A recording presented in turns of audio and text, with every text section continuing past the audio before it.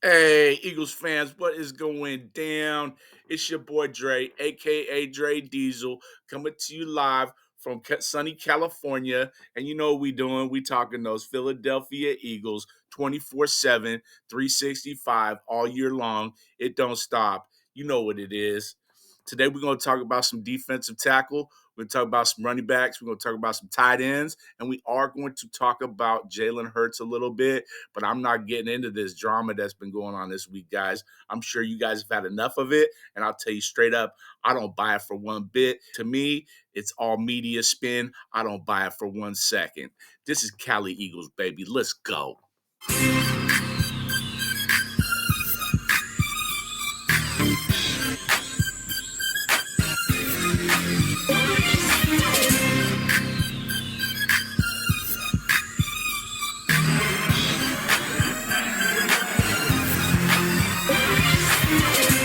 All right. So the weekly news review of the Philadelphia Eagles this week, guys, is that everybody's gone home, spending time with their family, out there enjoying the summer, taking a break from the no, wait a minute. No, they're not.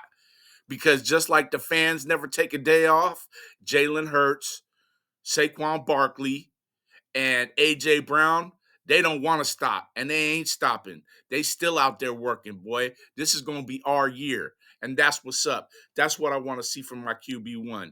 365, 24/7. I'm so psyched about it, man. These boys are hot and ready to go this year. Ain't nothing going to stop us. We are going to be prepared, man. I'm so excited about it. We got 75 Vinny Curry days until the start of the NFL 2024 season. And guys, I'm getting excited, man. We just had some dates drop per Zach Berman on X. Looks like that training camp will start July 23rd for rookies and for veterans, all the same. And then boys will be back out there getting ready to work, man. All right. And then I don't know if you guys saw it or not, but these new hype day videos that were dropped by the Philadelphia Eagles X account. Oh my goodness, boy, these videos will get you pumped up. If seeing QB1 working in the offseason and his downtime isn't enough, you got to check out these hype videos, man. Oh, with that color green behind them as they walk out the tunnel with the smoke. Man, we want all the smoke this year. Let's go. We bringing the smoke this year. I love that. I love to see the team come out. The boys are gelling. Man, it's a good time. It's a good time to be an Eagles fan. You gotta love these players. I'm loving this all so much, man. So I'm gonna do a couple shout outs on this one. So the first shout out I want to drop to is the Philly Special Show and Josh Davis. And one thing he had talked about is he had Anthony DeBona from Pro Football Network on his show, and they had talked about possible defensive tackle acquisitions. To me, I've kind of feeling like the nose tackle is a really soft spot. And these boys got right into it with some news that I wasn't aware of, and I would like to share with you guys. Anthony DeBona actually said on the show that one guy he can see us signing is a guy from Seattle who has ties to our new defensive lineman coach, Craig Hurt, I think his name is. And that player is Brian Monet. And this is a big dude. I mean, he looks the part. He looks every bit a nose tackle. Like I said, he has ties with our guy that we picked up.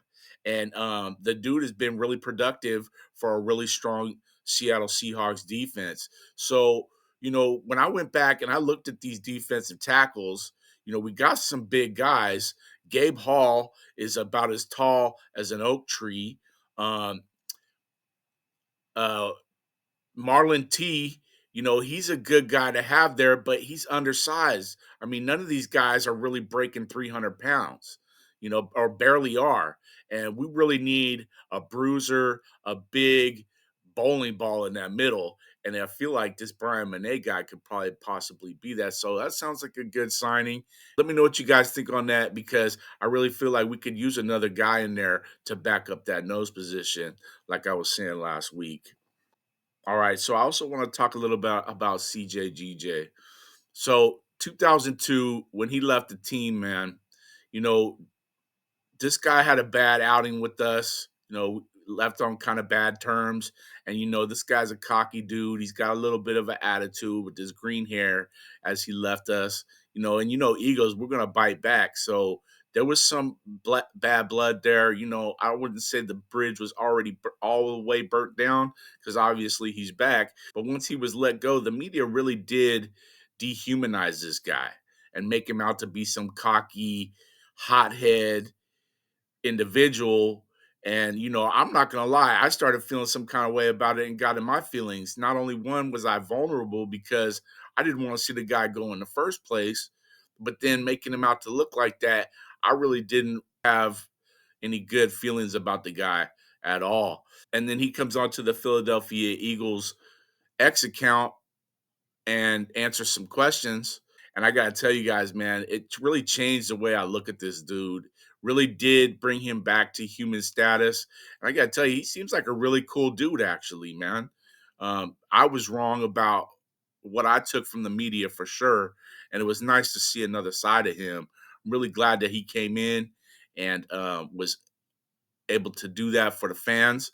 We love that kind of stuff, man. So him being there for the fans too shows you that he's dedicated to the city, man. You know, that's the kind of players that we need. So like I said, it was just good to see. If you haven't seen that yet, you really need to go check it out because dude is just a down to earth guy, man. He is confident, he is cocky, but he just seemed like another dude, and I was really happy to see all that. So shout out to CJ for coming out and answering the questions for the fans, man. That was really cool. Okay, now I promise you I'm not going to talk about that drama, but I did want to touch on Jalen Hurts a little bit. I mean, I'd give him a big hug if I could, but let's just talk about it. So, is Jalen Hurts feeling the heat, guys?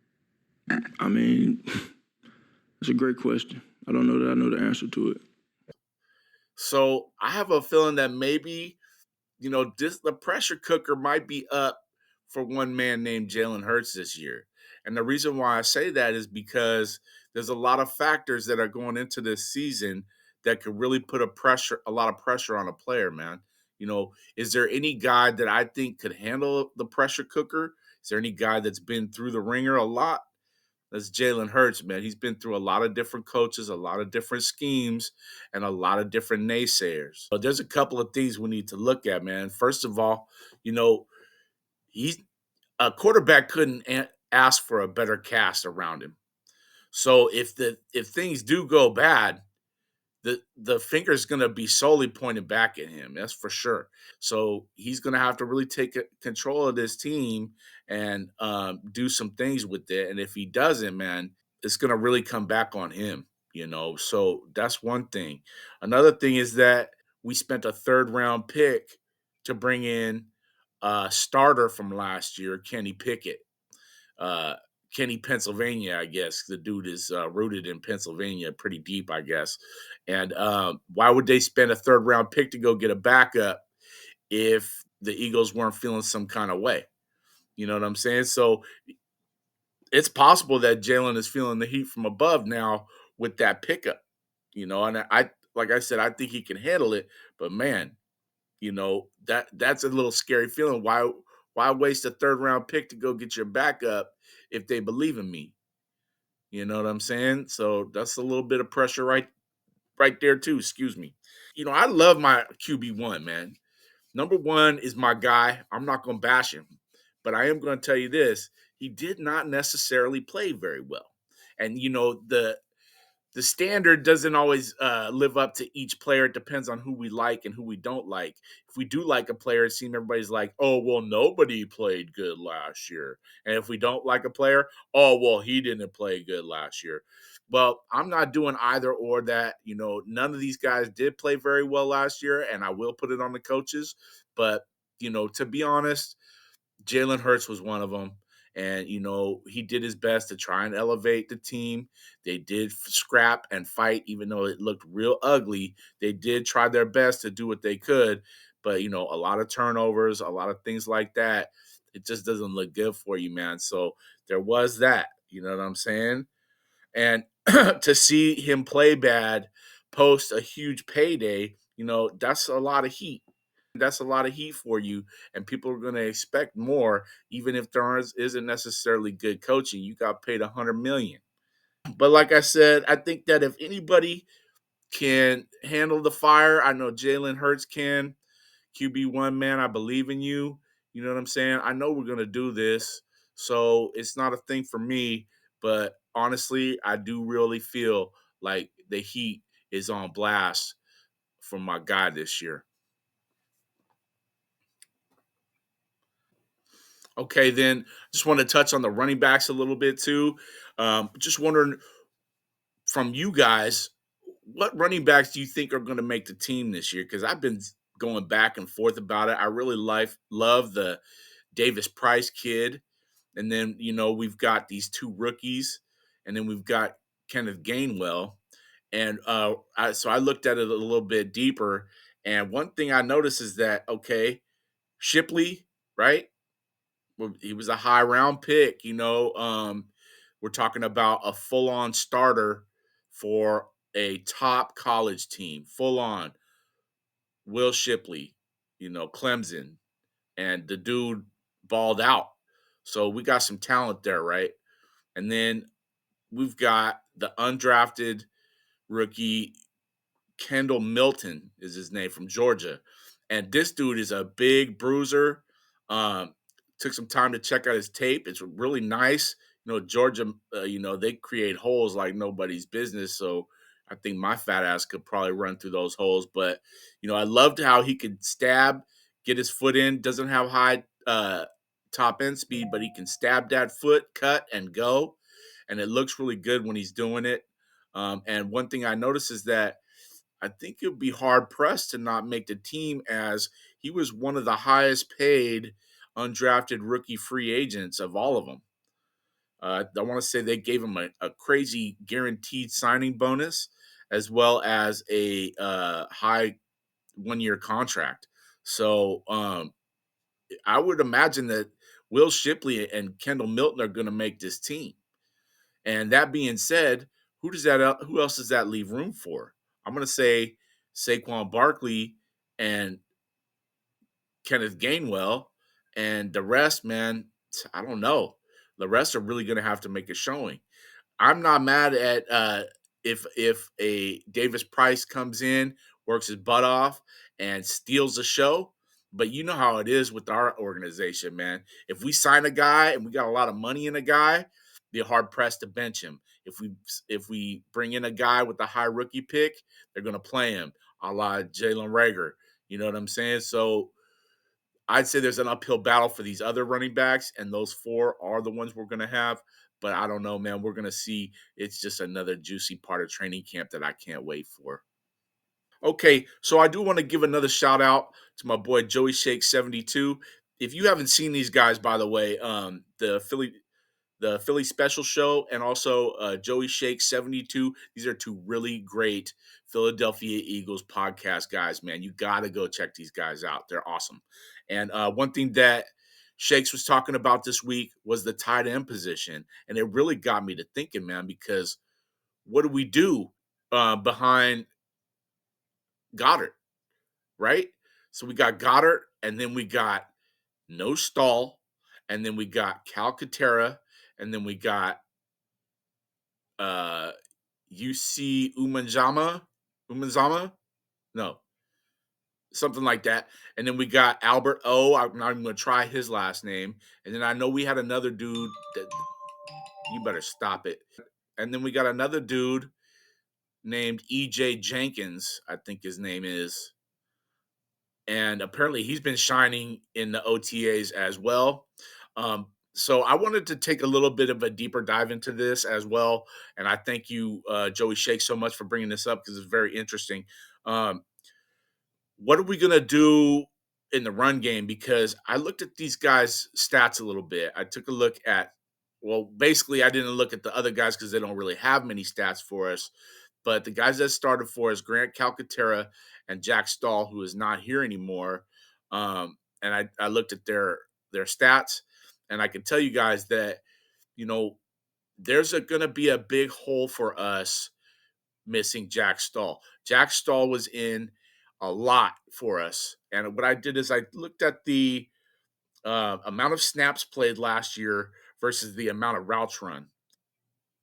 So Calcaterra had 117 snaps last year and ran 46 routes, which comes out to be 39% passing plays, where he's running a passing play. And then Jack Stahl ran 430 snaps and had 120 routes run. And that's 27% passing situations. So what that tells me is Jack Stahl was mostly in during the run plays. And the information that I can get on the guys that we have now, these are all passing tight ends. These are all pass catchers. These guys are not known for their run blocking. I know Goddard's a be all do all. I wasn't able to get a lot of information on EJ Jenkins or Albert O as far as what they can do in the run game. But from what I understand, all three of those guys, including CJ Usman Zama. I don't remember. I'm sorry. Usman, I think his name is. Uh, these guys are pass catchers. They're not run blockers. Let me know what you guys think. I have a feeling that possibly we still don't have the guy we need at the backup tight end position to start this year. Hit me in the comments and let me know what you think. Okay, guys, and then to wrap it up today, I got a couple of would you would yous and a unpopular opinion. The first one is so let's say for instance, and I really do like talking about the coaching carousel that we have here, how coaches are coming in and out, and the effect that it has on the players. Uh, but let's go into fantasy land for a minute. The question is, and I'm going to try and turn this into a poll as well. If you had one choice, because obviously these guys were successful and they wanted to move on to greener pastures, but if you had one choice out of those two coaches, Shane Steichen or Jonathan Gannon, which coach would you have liked to have kept? Okay, and to me, I'm going to be in all honesty, the way I was looking at it, I would have wanted kept Jonathan Gannon just because I do feel like we could have got by with the stinky offense if we had had a little bit of better defensive play last year. I think that the team would have been markedly improved if we hadn't been so bad at defense. Yeah, Shane Steichen's offense was great. Maybe Shane Steichen's offense could have made up for as bad of a defense as we had last year, but I really don't see it. To me, I'm okay with eating my crow and saying, hey, I wish we had kept Jonathan Gannon out of the two. But hit me in the comments, guys. Let me know what you think. Should we have kept Shane instead? Tell me what you think. Okay. And to wrap it up, I'm going to be the bad guy here. And this is going to be an unpopular opinion because I know there's a lot of people that have a lot of hatred for this guy. And, I was always one that was like, first round draft pick. I loved what he did for us. I know he had a lot of penalties and stuff and was a little bit of a hothead, but I felt like he started to improve that once we started bringing in other defensive linemen like Hassan Reddick to replace him. But here's my unpopular opinion. Is anybody out there regretting getting rid of Derek Barnett yet? I don't ever want to be in a situation where I regret getting rid of any player.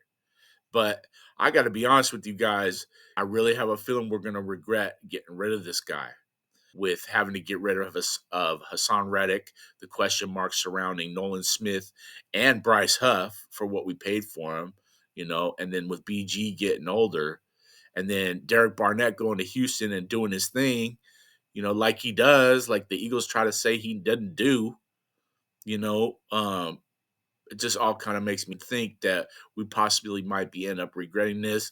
So I'm gonna wrap it up on that. Let me know what you guys think. We got 75 Vinny Curry days left until the start of the season. Man, I'm getting so excited, you guys. It's just time for some football. I need football in my life all the time.